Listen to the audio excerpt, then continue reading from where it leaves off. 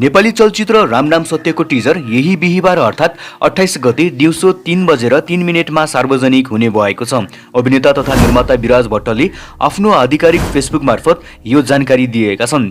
Teaser भने OSR digital मार्फत सार्वजनिक गरिने भएको छ। विराज भट्ट नेपाली चलचित्र क्षेत्रका चर्चित एक्सन स्टारका रूपमा चिनिन्छन्। त्यसैले पनि नयाँ चलचित्र रामनाम सत्यमा दमदार एक्सन दृश्यहरू हुने अनुमान दर्शकहरूले गरेका छन्।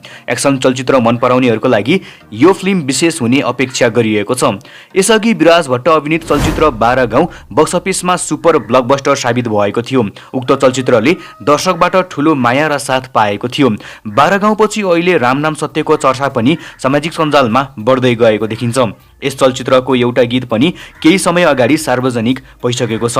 उक्त गीतलाई दर्शकहरूले राम्रो प्रतिक्रिया दिइरहेका छन् भने अहिले उक्त गीत टिकटकमा पनि निकै भाइरल भइरहेको छ। धेरै प्रयोगकर्ताहरूले सो गीतमा भिडियोहरू पनि बनाइरहेका छन्, जसले गर्दा यो फिल्मप्रति अझै उत्साह बढेको छ। अब दर्शकहरू चलचित्रको टिजर र ट्रेलर हेर्नका लागि निकै उत्साहित रहेका छन्। बिहीबार दिउँसो 3:03 ओएसआर डिजिटल मार्फत सार्वजनिक हुने टिजरले फिल्मको झलक दिने अपेक्षा गरिएको छ। निर्माता तथा अभिनेता विराज भट्टले पनि दर्शकहरूको साथ र मायाको अपेक्षा राख्दै जय नेपाल, जय नेपाली सिनेमा भन्ने सन्देश दिएका छन्।